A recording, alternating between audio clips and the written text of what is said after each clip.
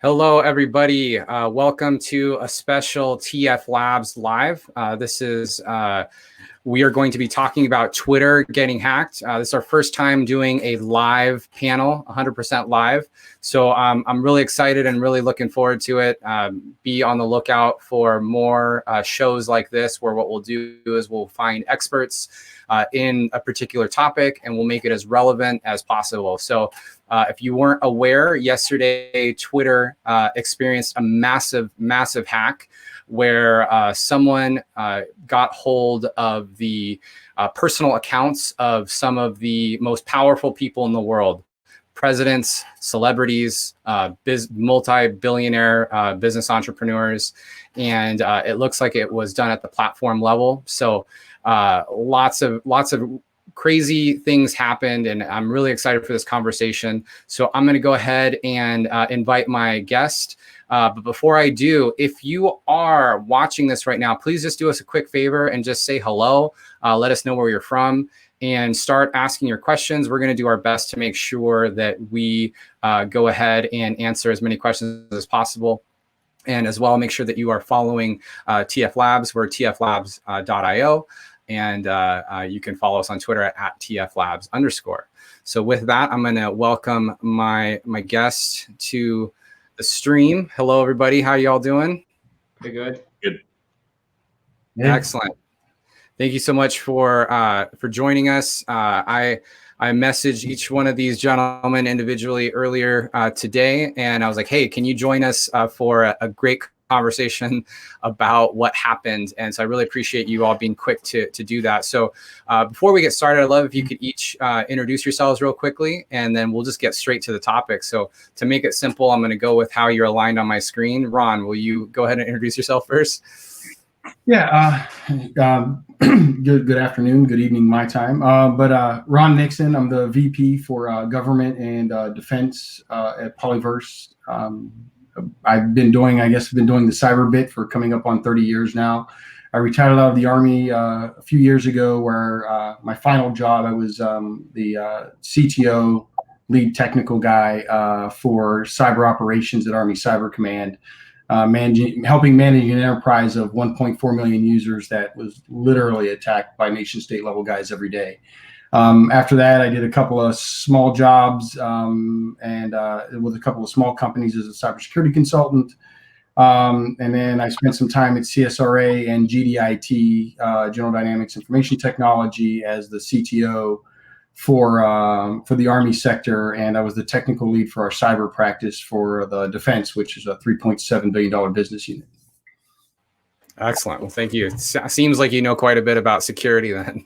Riley, if you could go next, please. Oh, thanks. My name is Riley Eller. I've been a hacker since the 80s. I was a software pirate when I was a little kid. I went good guy when I became an adult, of course. Did industrial programming and business automation for the 90s, and then got really back into hacking. I was involved in the introduction of DDoS attacks to the world. I'm one of the patent holders on fuzzing. Invented mesh routing protocols. A whole bunch of really fun projects that I've been able to be a part of. I just sold that mesh routing company to Nokia a couple of years ago, and I've come on now with Rubica to bring enterprise mobile cybersecurity to individuals. Excellent. Thanks so much. And Hasib, if you could introduce yourself, please. Yeah, I'm Hasib Awan. Sorry, I've been SIM hacked 4 times, so I started a telecom company, and we prevent high-profile individuals' cell phones from being hacked. So that's what we do. So if you're about SIM swapping, I basically operate in that world. We are anti-SIM swap. But I run my own smaller carrier, MVNO, where we have multiple celebrities, NBA stars, and crypto handlers, and people contact me when they get hacked, SIM swap. But other people who don't want to be sold on the internet and wants to make sure that their communication is protected, they contact me. Excellent. Well, let's get right to it. So yesterday there was a massive Twitter hack. At first when the information was coming out, I was like, oh, well, this must be, at the API level, and it's, someone else resting on top of Twitter that's causing this. And then it was like, okay, well, maybe this is individual, but it seems like it was at a massive proportion of getting internal at the platform level. Love if one of you guys want to just set the stage real quick for what happened so we can level set for everybody, and then let's just get straight to it. Anybody go for it. So I can tell you what happened in my case. Because of my part of the job I do, I have contacts in dark web and people who are actually hacking, right? So they normally contact me sometimes for fun, sometimes for just teasing me, right? So the thing is that, okay, so what happened is that, so what I'm saying, so what happened, I think yesterday around like maybe noon, I got a message from one of my contacts and he said, Twitter will be fun today. And I said, okay, I have no idea what this means, right? Like, they run bots and everything. And after like 4 o'clock, around 4 o'clock, I started getting these messages around that, hey, this thing is getting hacked and everything.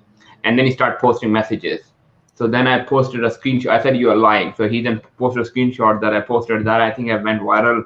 I think we have over 1 million views on that right now in one day. And so I got contacted by multiple hackers. And as per my story, as per what I've been told, so there's a big industry that operates underworld, and they allow people to sim swap, and they allow people to, sim swap, and they will also get your username. So imagine you want to get to release username, they will basically pay someone in Twitter and get your username. So generally, it's a transaction between $1,000 to $3,000. And yesterday, what happened was this guy befriended a Twitter rep on a Discord server, on a gaming server, and he paid him $2,000. And the goal wasn't to like sim swap; it was just to get some couple of username. They started with a username called Six. Six belongs to a guy who's a homeless, but he was a very smart hacker, and he got into New York Times servers, I believe, and he ended up in a lot of trouble. And he started a community called 26 Hackers. So, anyways, his account got hacked. His username is @6, and then they went for like good, cool-looking domain, and then I think they got into Elon Musk, and then they started. It's just becoming fun, right? At that point in time, it's basically if you have murdered someone, you say, okay, let me murder everyone, right? Because you have lost your senses. Yeah. But well, and like even at this bigger. Right. And even like at the most, from a consumer standpoint, meaning like if we break this down for everybody, essentially you had people like Jeff Bezos, President Barack Obama, Bill Gates, Elon Musk, Kanye West, Joe Biden, Donald Trump, all of these Twitter accounts were saying, hey, send me Bitcoin and I will give you money. Right. Like, and so, Ron, for example, to my knowledge, basically what happened is these hackers were able to infiltrate someone that was working at Twitter as well to get platform access. And, it seems like that's a vulnerability that probably could have been avoided, right? Yeah. So everybody, you'll hear people say all the time, right? What's the soft underbelly to any cybersecurity infrastructure is the user, right, or the administrator, right? And so, and kind of what Hasib was saying is I've heard both sides of this. Where one is it was a sophisticated or somewhat sophisticated phishing attack on key staff members at Twitter. And then I've also heard the other side of it that actually somebody was actually compromised at Twitter and they were bribed to release, to give them access to the control panel. So I've heard both. And if you look at it, either way, it's a perfect social engineering operation. I mean, they did all of the right steps. They did their reconnaissance and their investigation very thoroughly into Twitter itself. And then once they did that, then they did a massive social engineering attack against everybody's followers on Twitter, right? So they set up and started hitting the Bitcoin accounts first, right? The Bitcoin users and endorsers first, and then they went after Bezos and Gates and Apple and everybody else. And so if you take something that's even relatively simple, like if I was running an operation or if I was testing somebody, if I took a group of people and I took a population and I trained them on phishing, right? I trained them on phishing attacks. I would still get, when I turn around and when I was done with the training, if I launched a phishing attack right after they were done, I still would get 3 to 10% of the people clicking on those links, right? So the same thing for this attack is I'm still getting a small percentage of the population. But if you look at the user base, I mean, you're talking tens of millions, if not hundreds of millions of followers between all of those accounts. And so if I only get 1 or 2%, 1 to 2% to respond to that, even if it's just a portion, a small portion of a Bitcoin, I'm going to rake in some money pretty quick.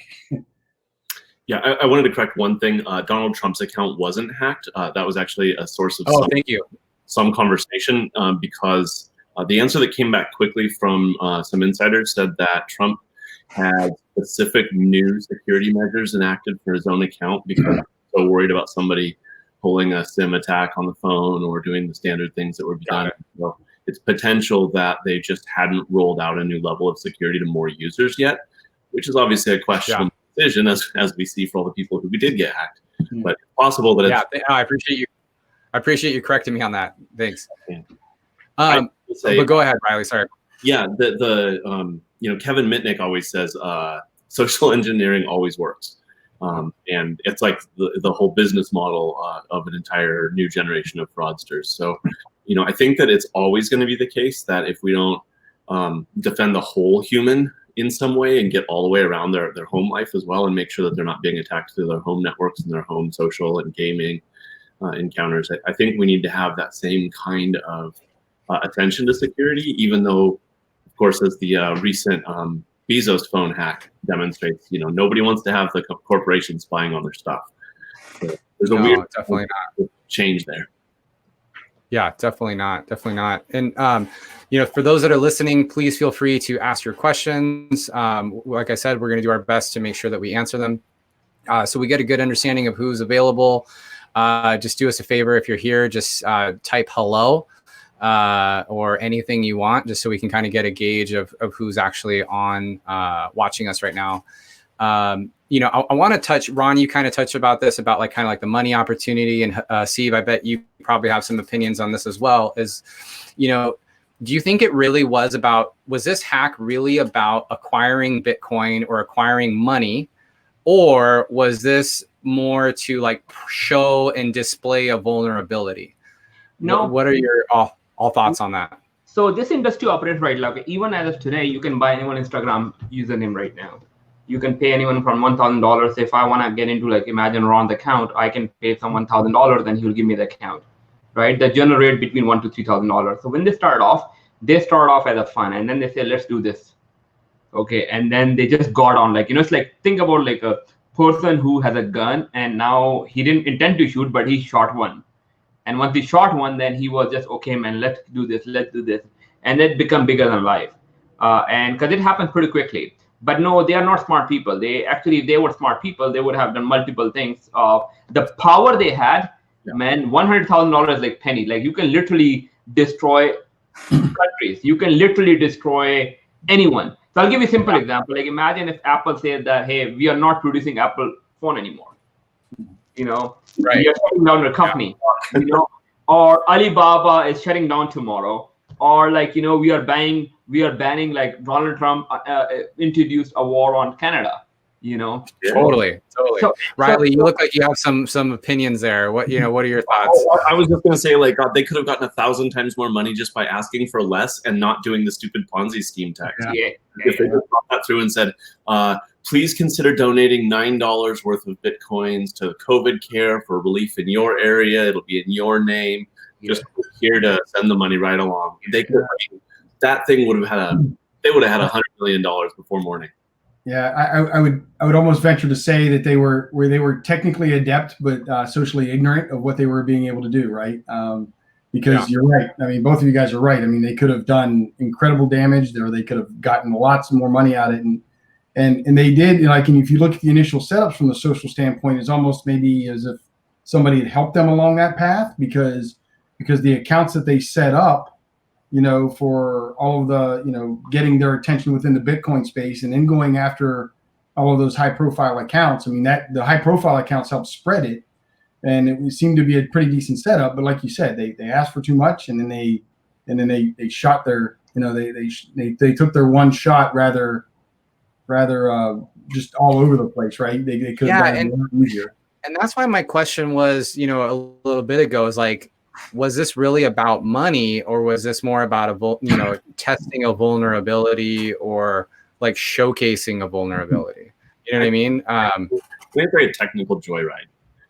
Yeah, Steve was exactly right. Like, they got on it and they were like, "Wait, this goes fast." It's like, yeah, right. And then imagine being the black hat, or like the person who all of a sudden, wanted to raise their hand originally that they did do something. They're like, no, I don't want to tell anybody it was me, right? So, no, that's interesting. And so moving on to the next topic, why do you think they chose Bitcoin? For those that aren't familiar with Bitcoin, Bitcoin is a digital cryptocurrency that a lot of people use it because it's peer-to-peer. And there's this notion that you can kind of be in control of your own money. And there's also a privacy layer in the sense that you also own your keys to how you essentially release those funds. And so you have people, when they were talking about this on the news, for example, saying that, this Bitcoin scam. And I would argue that it wasn't a Bitcoin scam. It was a different scam, but it was using Bitcoin as the medium to cash in on the scam, right? Anybody want to kind of touch that one? I think they always say to someone who's thinking of committing a crime, like, are you sure you know exactly what you're going to do when you succeed? Have you really thought this through? Yeah. I think that's just what this is they wanted to be sure that they were not wrong about what was happening, and to be 100% globally demonstrated that they succeeded. So, I mean, I think whoever achieved however much ego out of this, that's probably the greatest reward. I mean, $100,000. I don't know if I had done this, if I would even be brave enough to collect the BTC. Because who knows what the pooling exchanges and brokerages have implemented on the back end for transacting money laundering, to back to the regulators or whatever. And you got to remember that if it goes into that address, once that address sends out, that's how you figure out where it was, right? Yeah, and you don't even know if the gains that they got were actually true gains, right? So because you'll see a lot of that sometimes where you'll have people sending money in for a scam. You'll have people sending money into an account that are actually part of the operation, so that people see money flowing into the wallet, and so then that entices everybody, like, oh, I got to be first, kind of thing. That's a great point. And so it's that. So how much of it did they gain was actually truly gains, and then or was this a test run for something different? There is always that possibility of. I mean, it's kind of a rather high visibility test run, which you don't normally want to do, but I mean, it could be that. But use Bitcoin just because it's easy. I mean, that's what it comes down to. They're already operating in that space, and they they hosted out of Cloudflare, and they used Name Silo to set it up, right? So both of those organizations take Bitcoin too, so that makes it easy. I think a lot of people are still learning the lesson from the takedown of Silk Road, which had where the only thing that really went wrong was a decision to use standard freight, and the machines, the servers, when they were delivered, which had been paid for in cash or some crazy thing, were still delivered to a human who had to show ID and sign, and so that's how the person got caught. So I think a lot of people have been trying to figure out how to get away with the the blow off, where they vanish with all the money in the digital world. And unless you're like a pretty good sized cartel of like ATM frauds, it's hard to turn cash into actual like digital ones and zeros into dollars. Yeah. Yeah. Haseeb, any thoughts on that? Like, why Bitcoin? Man, it's just easy. That's what they know, right? It's just easy, convenient. Like, what else do you want to do? Obviously, by the end of the day, you want something. They have learned Bitcoin, and I slightly disagree with that. You cannot catch. Like, there's a lot of transactions that can go through that happen in dark web that can pass through law enforcement agency thing. So unless this is made like a terrorism charge or like something like a crazy national security charge, if it's just a regular crime like hacking someone, this will not get prosecuted. So it all depends on what are the charges are, because this is a matter of national security, I believe. and also about like how these companies operate. So, but Bitcoin is what they know. And if you understand the total, I think they have collected over like maybe $15-16 million through these hacks in total, like those crypto hacks of like, send me Ethereum back. I think the total amount is like $17 or $18 million. It's not a joke, and if you consider like, Michael Turpin, Simsa, and if you consider, I think there are probably total Bitcoin crimes could be maybe in billions of dollars. It's not a joke. So what do you do? What do you take? Like, you would not be taking Ethereum because why not Bitcoin? It's just a simple thing. Like, the question is, I don't see a reason why not to use Bitcoin. Bitcoin is the perfect currency for this. Well, if you only want to take money from people who Sure. give you $1,000 in like 1 minute, right? If you want to get a trillion or a million or a billion people to give you $1 each, then Bitcoin. But then how do you take it? Like, you can not take credit card, obviously. Like, I don't see any other mechanism to receive money. Like, I don't know. Maybe you guys have better understanding than I do. But I mean, if I would have set something up like this, I would have used Bitcoin too, right? So Bitcoin is the perfect thing, and you can just hold on, not move it for maybe 5 years. Just to give you an example, there are a lot of like, where you can transfer money, you can shuffle money, you can do a lot of stuff. So I think Bitcoin is the perfect currency for that, and unfortunately, that's true. Mm-hmm. Yeah. Let's move on to this notion of decentralized identity and decentralization versus centralization.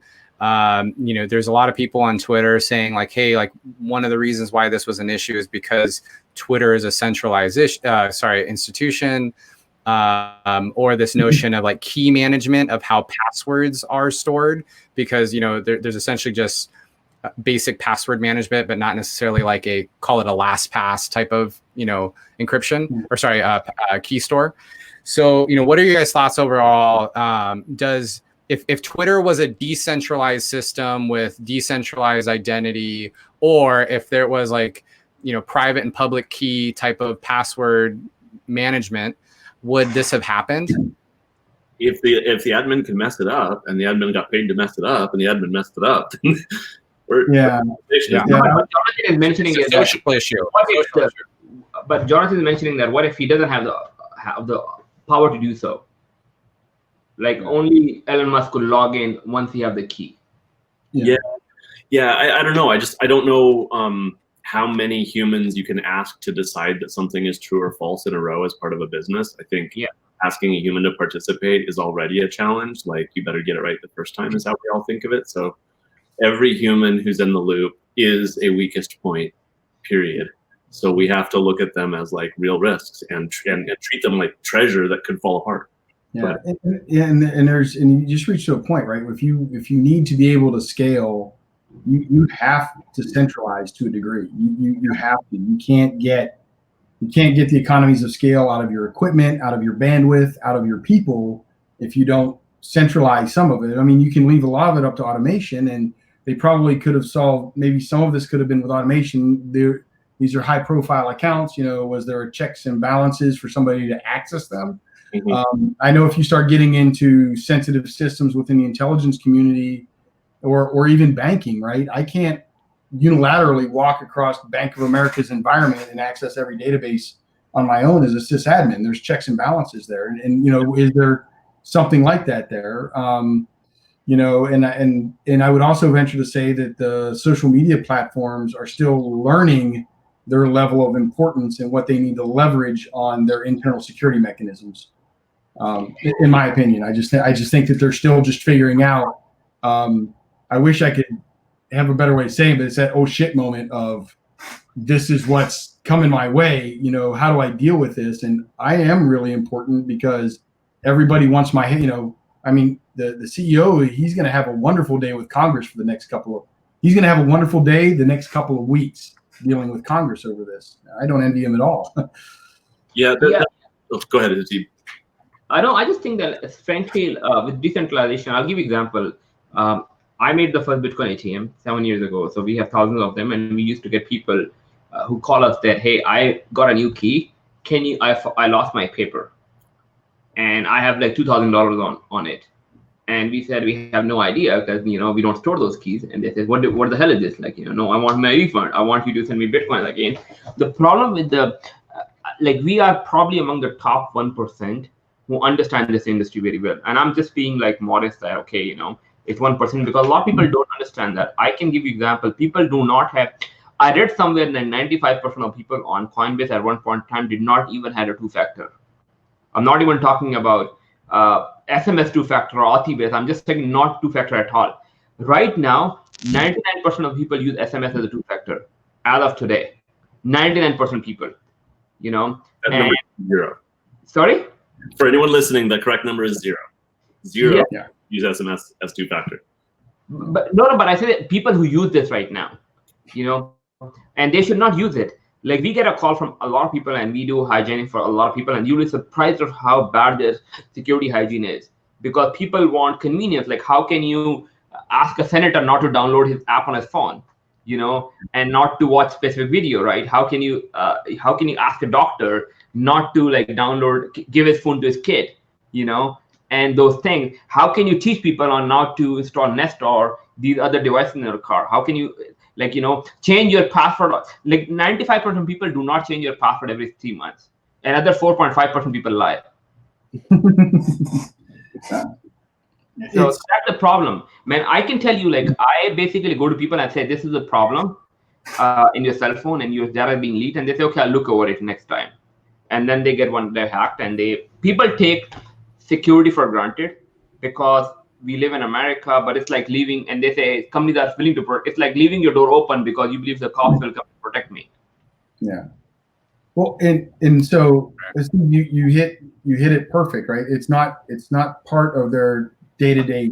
It's just not part of the way they do business day-to-day. So I could take looking back at, you know, working in Afghanistan and walking the street in Kabul at times, right? I didn't walk the same path to my destination, even though it was the same destination.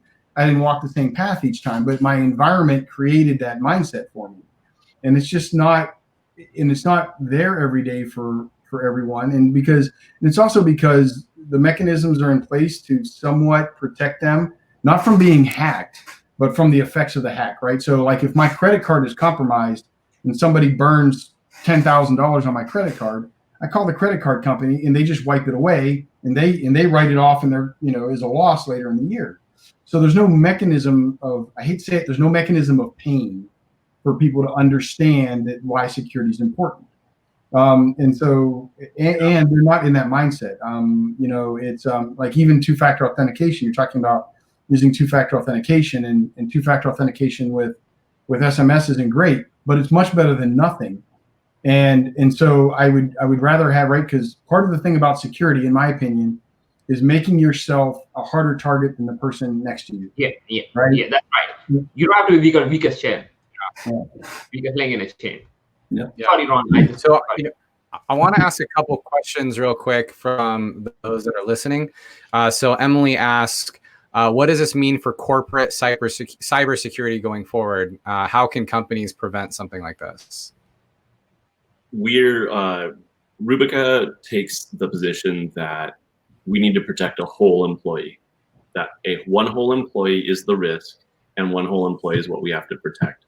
So we need to apply security solutions in their personal life, maybe like through an HR benefit, where we can say, you know, like it's a health check, or we give them a little, you know, better pay this year because they've, you know, decided to do something secure so that they were not at risk that their Facebook account is being used to bring an attack into the organization by way of the human. Because whenever the human is the vector, what are you going to do? So we need to protect the whole human. I think it makes a big difference. Ron, maybe. So I was thinking about that a little bit. What Riley just said, and he's right. So I go back to my toolbox of doing, you know, red teams or playing black hat against an organization, right? And I never blindly went after the network or went after one of the services. You know, if I was going to hit, so let's put it in perspective, right? If I was doing a penetration test of a red team assessment, if you will, against a hedge fund in New York, I hung out in the Starbucks across the street for, you know, the day prior. And I got to understand where their employees were at and why, because I could see their Wi-Fi network sitting on their phones, which Wi-Fi networks they were beaconing out to. you know, and then from there, you know, maybe snag a couple of their work phones, right? Because they were valid targets as far as their employee was concerned. Get a couple of their work phones, and then I see then I see their Facebook, I see their Twitter, I see everything else that's on their work phone, and it allows me to build this profile to, you know, walk into the space, you know, or digitally walk into the space, if you will. And so, yeah, I mean, you always start with the people, and that's across the board. You know, if you got the concept to protect the whole person, that's where you need to go. You can think about it like this: like, what company is going to tell anyone in the entire world what is my birthday if I'm an employee? Nobody. No company is ever going to bleed my birthday. Yep. But they're going to bleed my name and my city, which you can use on Facebook to go find me. And if you on a friend of a friend to introduce you, then you get my birthday. And if I'm dumb in the way I choose passwords, you've probably figured out a corporate secret without touching any corporate asset. But really, you are going even further. Like, I can tell you, if you tell me your telephone number, I can tell you even your criminal record if you had anyone. Yep. You know, I can tell you how many places have you lived, how many properties do you own, Yes. What's your social security number, what's your date of birth, Yep. and pretty much just by telephone number. Like, we Americans have two identity numbers to protect. One is social security number, one is telephone number. And telephone number makes us more exposed because we give it to everyone. You know, it's on our card, and through telephone number, when we do forensic analysis on customers, we tell them information that they actually have forgot. They say, "Oh my God, how did this come along?" Because data broker is a big industry and it's legal. If you go to white pages, like a simple website, you can put your telephone number, pay them $10, and it will give you so much information that you'll be actually crazy. So yeah, that's about it. So yeah, so how do you prevent it? I mean, part of it is training, but it only goes so far, and then it's the technology to protect the entire person. You know, I know for a while, I don't know if the program is still in place, but the Department of Defense used to issue antivirus out to everybody, right? You could just download it from a common site. You know, there was little things like that kind of went a long way, you know. But that was really before social engineering was the way to really worm your way into a network, right? It was. Yeah. Well, Kevin Mitnick would disagree with that. He's been at that for years. That's true. And also, if you understand, like, for security, the problem with the security is that people don't take it seriously because they think no one will come after me. You know, they believe no one will come after me, and it's a very difficult sell. Security is a very difficult sell, especially cybersecurity, because it's easy to sell a lock because people know, okay, it's a better lock. But it's very difficult to tell you antivirus because antivirus may be simple, but you know, like, I'll give you an example. I can guarantee you that anyone who's listening on this call would not have their Wi-Fi router passwords, you know, hidden. It's a small setting on your router that you can do that your password will not be detected. And I can guarantee you that no one in this group would have. And I can also guarantee you that 99% of people would not even do it after listening to this. And the simple thing, disabling your Wi-Fi passwords is like, you can just disable it. You can have same password. That's about it. So yeah, excellent. Well, hey guys, we're gonna wrap it up here. Just like I said, it's a quick 30-minute conversation. I'm really glad you all took the time to chat about this. I want to give you each a minute to just kind of say like some closing thoughts or whatever you want to say in that minute, and then we'll wrap it up. Hasib, we'll go the opposite way this time. Hasib, you want to go first? Well, I think that frankly, there are two things that are important. One is social security, and one is self-protection.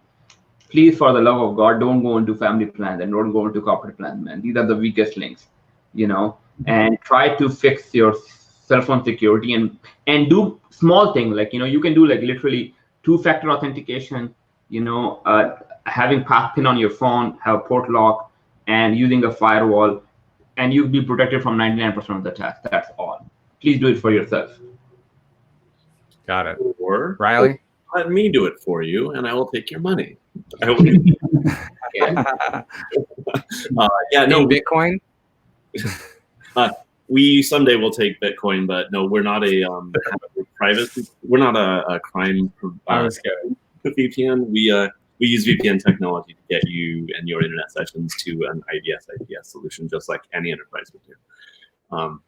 For me, the best thing you can do is exactly as Steve was saying.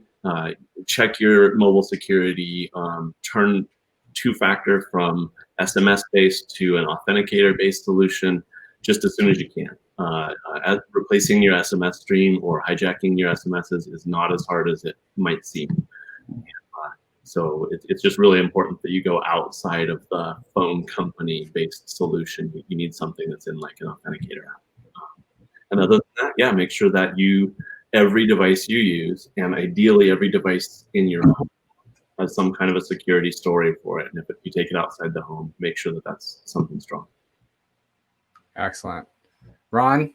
So I'm gonna reinforce what both of them said, right? So things like VPN, multi-factor authentication go a long way towards making yourself more secure. I'm going to use an analogy.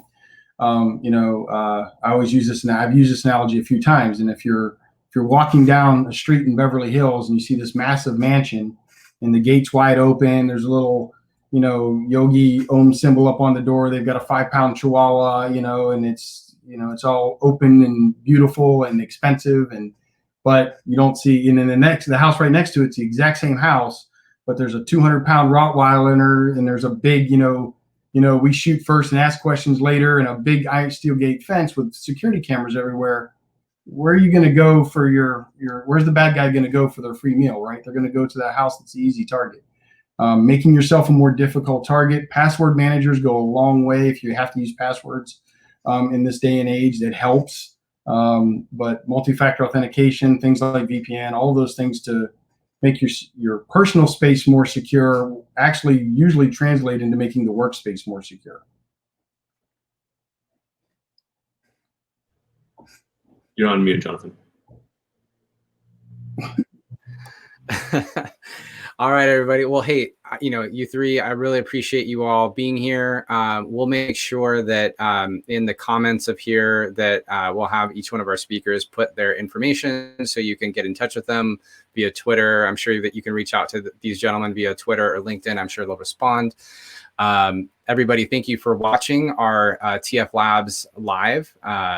If you've enjoyed this, do me a favor and just give this a like and share it out so we can make sure that we get this in front of other people. And then also so we just know if we should keep doing this.